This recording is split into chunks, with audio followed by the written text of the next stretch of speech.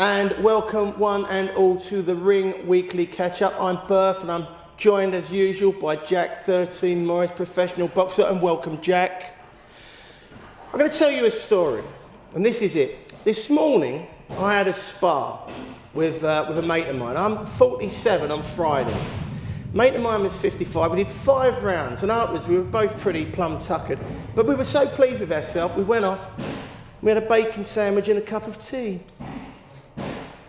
This Saturday night, Bernard Hopkins, at the age of 49, almost 50, I believe he's a grandfather as well, fights in a unification light heavyweight championship fight against Sergei Kovalev.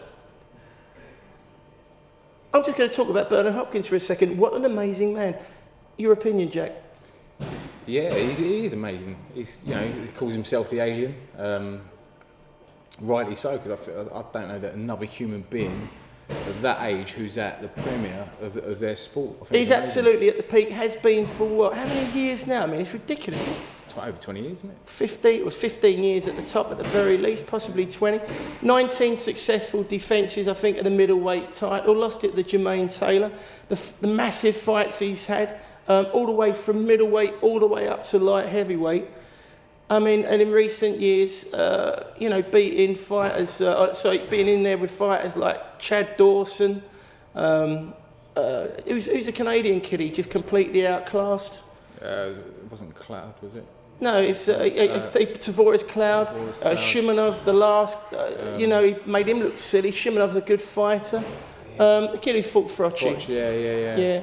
I mean, but the point I'm trying to make is every single fighter that's been around for the last 15 years that you could, of any note, he's beaten the lot. Yeah, and if he hasn't beaten him, he's come pretty close. He's come pretty close. My question, though, about this lad at the weekend,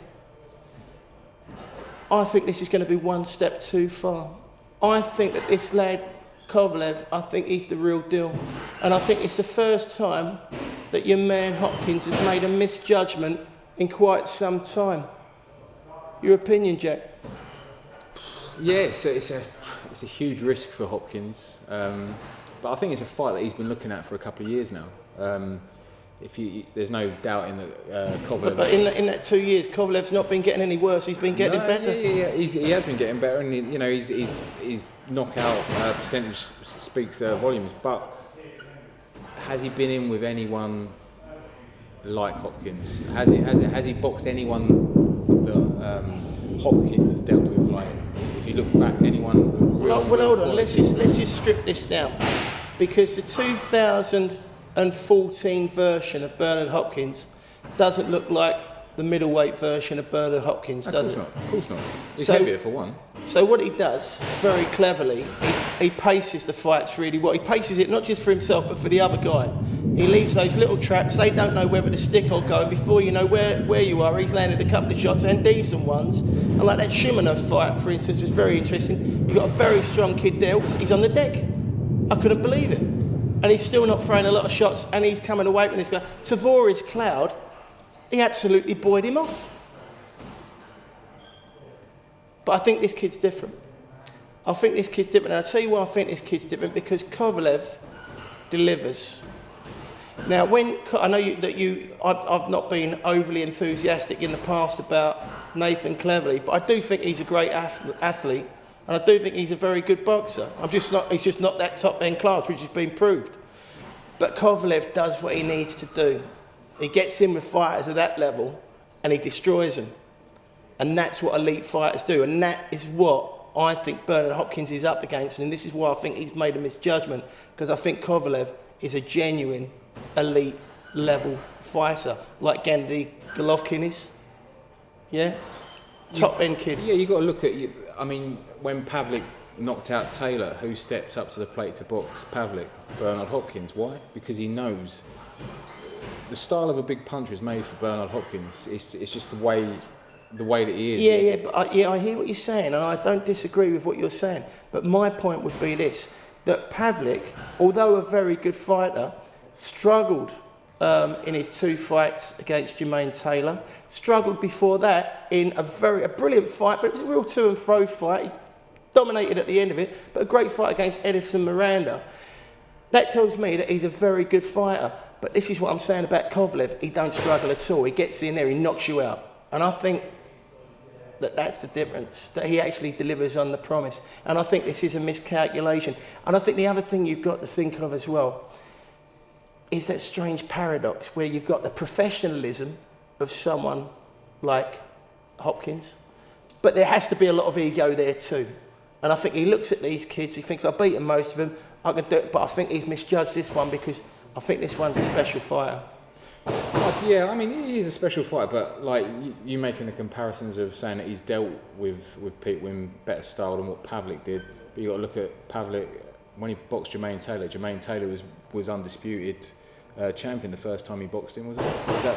Yeah, but it was also, Jermaine Taylor beat who? Bernard Hopkins, and there were obviously a lot of disputes about whether he'd done that. But what I'm getting back to is that Hopkins is nothing like what Kovalev's ever faced before, and I just think that he's going to he's like all of them. If you're not a rhythm boxer, like say someone like Joe Calzaghe, and you're only relying on the big shots, I think that I think this is where me and you disagree again, because obviously knowing that the fight was coming up, I had a little look again at Cleverly versus Kovalev.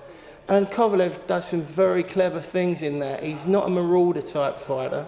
He does some nice little angles. He comes with some really nice little uppercuts, all of them devastating shots. And he finds holes. He's not one of them straight down the line type guys. There's a little bit more to him, like I say, that meets the eye. I'm very impressed actually at the moment with these Eastern Bloc fighters. These top end kids look absolutely spot on the money. They look strong, powerful. They can box. I think he got a little cut, didn't he? I think in his last fight, Kovalev, but I've never seen him marked up at all. No, he's not. But good indication, a good defence, good boxing ability. Yeah, all that. But like I say, it's the levels that he's boxed at. He hasn't been in with anyone of Hopkins' level. There's, name a fighter. Really. Well, I'm not saying. Well, how can you compare anyone to Bernard Hopkins? Really. He's a unique fighter. I'm not taking anything away from the man in that respect. I just think he's run out of time. That's what I'm saying. I think he's run out of time. This fight, maybe 5 years ago, a different fight, but I just think he could very well be caught out this Saturday night because this is a man who's 49, almost 50. Yes, a unique fighter, but he's got to get old in one night, hasn't he, Jack? He's got to get old in one night. Of course, it gets old of everyone, but I think that he's bright enough to realise whether his body's able to do it. I think that is a very good point now, because let's talk about how this fight rolls through, because I think he's a very intelligent man, a very professional man, and in the past quite cynical because of his professionalism. I could talk about the Chad Dawson shoulder injury. You could talk about when he fought Calzaghe and he was trying to say he'd been hit low and all this sort of bits, when you could see the truth was he was knackered and he was just nicking, and he does it. He's not above doing that, is he? No. I mean, my personal feeling, I'm going to go out there and say it, I think that this week, he finds a way to get out the fight. I think that he goes in there, I think he takes the other kid's power, thinks, boom, I don't fancy it, pulls an injury, or conversely, just literally holds his hands up and says, you know what, I'll retire in my stall. I don't think I can do a lot with this kid. I think he's intelligent enough, and I'm not saying that in a detrimental way because I think he's the bravest guy in the world, but I just think he's intelligent enough to think, you know something, I'm not going to give people a pound of flesh tonight because I've got a life to live after this, because I am an old man and this guy's going to knock my block straight off if it all goes wrong. I could be wrong, I could be sitting here next week and you'll turn around to me and say I told you so, but I've just got a feeling that the Kovalev kid is a step too far. But what do you think? I think he's going to make easy work of Kovalev. I think I'll be sitting here next week saying I told you so. Rubbing it in, ladies and gentlemen. He's not slow to rub it in. Let me give you the tip. Like I said, I think anyone else, Kovalev has got a brilliant chance against Adonis Stevenson. He doesn't rate Stevenson at all, actually, does he? I've seen him interviewed. He doesn't rate him at all. Hopkins messes you around. He frustrates you. I think this is where you and me disagree, because I don't think you'll be able to mess him around. I think the other kid will walk straight through him. I really do. No chance of happening. In my opinion, I think it's going to be. I think it will be in terms of when you say scoring. You can't possibly say there's no chance of that. There's definitely a chance of that. The kid knocks everyone out. He hasn't knocked everyone out. He's knocked everyone. I don't think he's ever gone to points, has he? Yeah, he's gone to points twice. Yeah. How many rounds? I think 10 rounds, yeah. 10 rounds, not the full 12 rounds. Oh, well, and so you think Hopkins going to win the fight? On points? On points. Do you want a little side bet? If you're going to pay me more, yeah. I don't think we're going to do that. I think that's exactly the right time to go to our competition with Eastern Bloc Bimbo.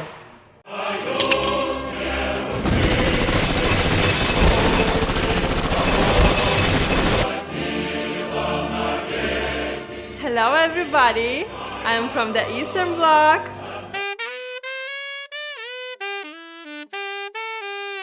This week's competition winner will get a choice of the ring poster t-shirt. We come with a print of the original poster. It's got official ring logo on the back. It looks great on, but you're naughty man. It looks even better off. See you next week!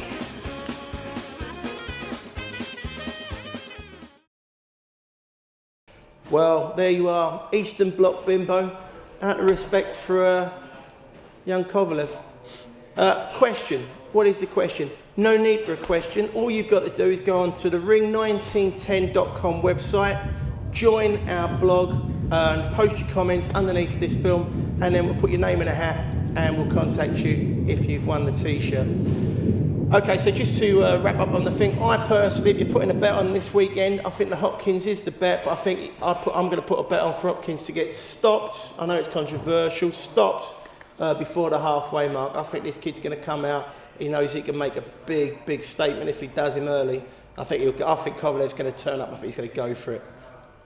Hopkins on points, like I said before. Hopkins on points, so that's where you... And what kind of odds are out there for that? Sort of 2s, 3s to 1s? I haven't had a look. Yeah, 3 to 1. 3 to 1s, well, not bad at all. It's race for a man like that. Betfair, yeah. And, if this weekend was the end of Hopkins, you'd have to turn around and say, what's a career? Yeah, faced everyone. I mean, he's in a no-lose situation himself, really, isn't it? That's exactly. He can't lose. You could, even if he loses badly, you'd have to turn around and say, well, he's 49. He's 49. Yeah. That's right. I mean, that's what he can say himself. Yeah. But I don't think he will. I'm going to stick to my guns. Well, no, fair play. But like I say, I think he'll either get stopped or find a way to get out the fight before the halfway mark. I think this kid punches too hard. But talking about fighters who fight, and he's always been a very, very good promoter of a fight, as Bernard Hopkins.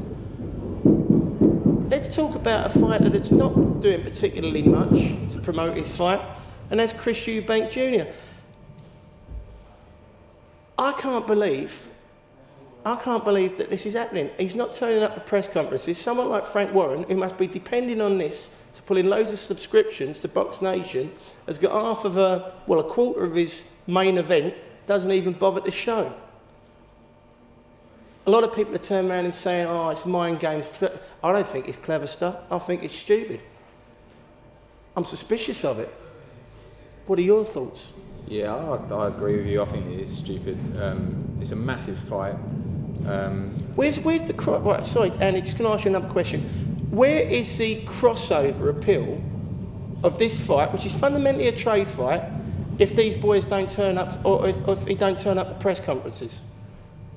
So say like I'm your manager, and I turn around and say, Andy, we'll go to this. It's going to be in all the national newspapers, and then when you win it, you're going to be a big star. Everyone's going to know your name. It'll be all celebrity, Big Brother and everything. Or do I say this? Let's try and wind that Pikey kid up, and we won't turn up. You wouldn't do it, would you? No, I don't think it's a case of they're trying to wind him up. Tell me what the logic is, because I can't see it. I don't think it's Chris Eubanks Jr. I think it's Senior. Oh, yes. But I think it's wrong on so many levels. Wrong on Frank Warren. Wrong on Billy Joe Saunders. Wrong on the journalists. And most importantly, the people that are paying the subscription. Exactly, the journalists that Chris Eubanks wants them to go down to Brighton to do a press conference. What a load of rubbish. I mean, seriously, what a load of rubbish. I've never heard anything like it in my life. But I'll tell you what I think's happened here. This is my personal feeling. When this all kicked off, the Billy Joe Saunders fight, Chris Eubanks Jr., fight fell through, didn't it? Right? Then all of a sudden, fight's back on. £250,000, Chris Eubanks Jr. is getting paid, right? All of a sudden, you've got to put 50 grand in an escrow account because if he turns up, my boy turns up, and Billy Joe gets stuck into him, we want that 50 grand as well. And we've got to have a press conference in Brighton. But you want to know the honest truth? Bollocks, bollocks, bollocks. I reckon what's happened is he's thought to himself, Chris Eubanks Snr, do you know something? I've gone a little bit long here. The fight looks like it's going to happen. I'll ask him for a silly number, 250 grand, he'll blow it out. Oh, he said yes. Oh, we've now definitely got to do it. And I think what's happened is he's put these roadblocks all the way down the line, trying to find a way where the fight can collapse. Because I don't think he wants it. I think he knows his kid's going to take a hiding. I don't think Chris Eubanks Jr. does. I think Chris Eubanks Snr does. I think he's in over his head. I think he's making a fool of himself. He's making a fool of his kid. That's my feeling. Yeah, I mean, I didn't really think of it like that, but that's... Well, I'm a very clever boy. It was no. When you break it down like that, That's the only thing I can think. Because if I was talking, I think you know that Frank Warren has never taken out the backside as much as he has and he's publicly said. Well, you know why Frank Warren's taken out the arse, because fundamentally Box Nation's not doing it. I love Box Nation, but it's obviously not doing the numbers it should do. So he's thought, well, you know what? I'll roll the dice. I'll get a big premier fight on. Matchroom's taken all the play away. I'll put these two big fights on. I'll get my subscriptions in. All of a sudden, the business model for Box Nation looks better. What he didn't factor in was Chris Eubanks Snr. He's going to kick him up the bollocks all the way down the line on it. Because Chris Eubanks Snr, I truly believe, don't want it. Yeah, no, possibly not. I mean, you know, in fairness to Warren, I've got to say that this is a better card or the best card that I've seen in a few years, and that includes any Matchroom show, the Froch Groves thing. That was a great main event, don't get me wrong, but this card itself is brilliant, you know. I think Chris Eubanks Jr. is an incomplete fighter. Now, he's got a much better chance of winning this fight in 2 years' time, 18 months' time. Now, I'm not saying he wins it then, but if those two boys in a couple of years' time were to fight each other 10 times, Chris Eubanks might win it twice or 3 times. This time around, he don't win it once. Because when you're a well-rounded fighter, you can get results. I mean, you look at things like, I remember Corey Sanders would be a good example. How many times has Corey Sanders beat a Klitschko out of 10? Probably beats him once. But if you're a rounded fighter, at least you can beat him once. And we went in and beat him. That's the opportunity of being a well-rounded fighter. That's what being a very well-rounded professional fighter does for you. Chris Eubanks Jr. is not that product. Chris Eubanks Snr, when he fought Ben, was that product. He'd had the gut checks. He'd had the Logan fight. He'd had that squeaky fight. Chris Eubanks Jr. has been fighting kids who don't punch him back, ain't as fast as him, who are put there to lose. He can't win this fight, in my opinion. And I think Chris Eubanks Snr knows it. I think he tried to price him out of it. But all the way down the line, because Warren's in a business position that looks a little bit precarious and a credibility position that's precarious, he's turned around and he said, well, you can have it, Chris, you can have it, you can have it. And all that Chris Eubanks Snr said, I can't get out of it. So that's my feeling. And when I'm turning around saying, I'll be surprised if he turns up on the night, I'm just waiting for the next Chris Eubanks Snr ploy to try and wind everyone up to kind of blow it out or get rid of it. I think if he does that, his son's finished on a promotional... Well, this is what I'm saying. Think, you know, he will turn up. Well, and you know, he has to turn up. If it does go that way, right, there's a lesson right there. That's why, you know, good managers I'd never get involved with family, for starters, in my opinion. And obviously, you know, don't do if you're not up for doing the business, you haven't got that kind of wherewithal to do it, then don't get involved. I mean, like I said to you, I think early rounds it is a two-horse race. I don't believe that he's just going to get blown out and he's he's going to look like he belongs there for a couple of rounds. I do believe that. Do you know what my personal feeling is? I think he comes out, he probably does go for it, but I think Billy Joe Saunders, who I've said it, I don't think he's the strongest kid in the world. And, you know, in fairness to him, I think he says the same thing himself about when you compare him with people like Golovkin. But he's out the whip, he moves brilliantly. And where the other lads been punching living daylights out of lads on the ropes, he's not going to stand there. And in the interim, while he's trying to throw shots, he's going to be taking them back too. And the further down the road it goes, the more punches he'll take. Well, that's exactly what I'm saying is later on. But first 4 or 5 rounds, I think you're going to see quite a competitive fight. Well, as you should theoretically see between two very, very super fit young men. But it's just, I mean, I'm obviously what I'm spouting here in my sort of conspiracy theories, but it's just, you know, as a promoter and as a manager, I've been watching Frank Warren. I can see the exasperation on his face, and obviously this is a much bigger scale than anything we've done, so I can't imagine the pressure he's under. And I look at Chris Eubanks and I listen to some of the things that he said, and it's like, it don't add up. None of it adds up. it certainly doesn't add up to psychological warfare genius. No, I know what you mean. It's like he's almost trying to wind him up so he pulls the plug on it himself. Yeah. Very strange. Very strange. Well, I suppose we'll find out, because we've still got 3 weeks to go till that show. A little bit over 3 weeks, and it's going to be exciting to see what happens in the next 3 weeks. Just a slight aside. In the last interview that I saw with Billy Joe Saunders, I think for the first time I saw Billy Joe Saunders actually just look a bit exasperated. Didn't even look angry. No, I think he's... Jimmy Tibbs, I think, said in the press conference we didn't really expect him to show. Yeah. They kind of, it's... they're saying mind games, but I think more likely what you said. It's they're doing everything they can to maybe get out of it. I don't know. Or not necessarily junior, but senior. Senior, definitely. And I don't think, to be honest with you, I don't think you could get to that kid, Billy Joe Saunders. He comes across, as a sharp kid. I don't think he's out of his depth with this thing at all. No, he's I think he's training for a fight, isn't he? And I think he knows if Eubanks pulls out, he's gonna fight. He's got his world title fight. He's got his world title fight. He's in a really good place. Yeah, it'd be interesting though if and if the Tyson Fury Chisora fight fell through again, you wouldn't want to be Frank Warren. Well, no, I don't think Frank Warren will want to be Frank Warren. No, well, we'll have to see what happens. Okay, so just summing up then, Jack thinks Hopkins at the weekend, so if you want to put your money with Jack, and in fairness, I think over the last couple of bets he's done a little bit better than me. I'm turning into the Jimmy Hill of boxing.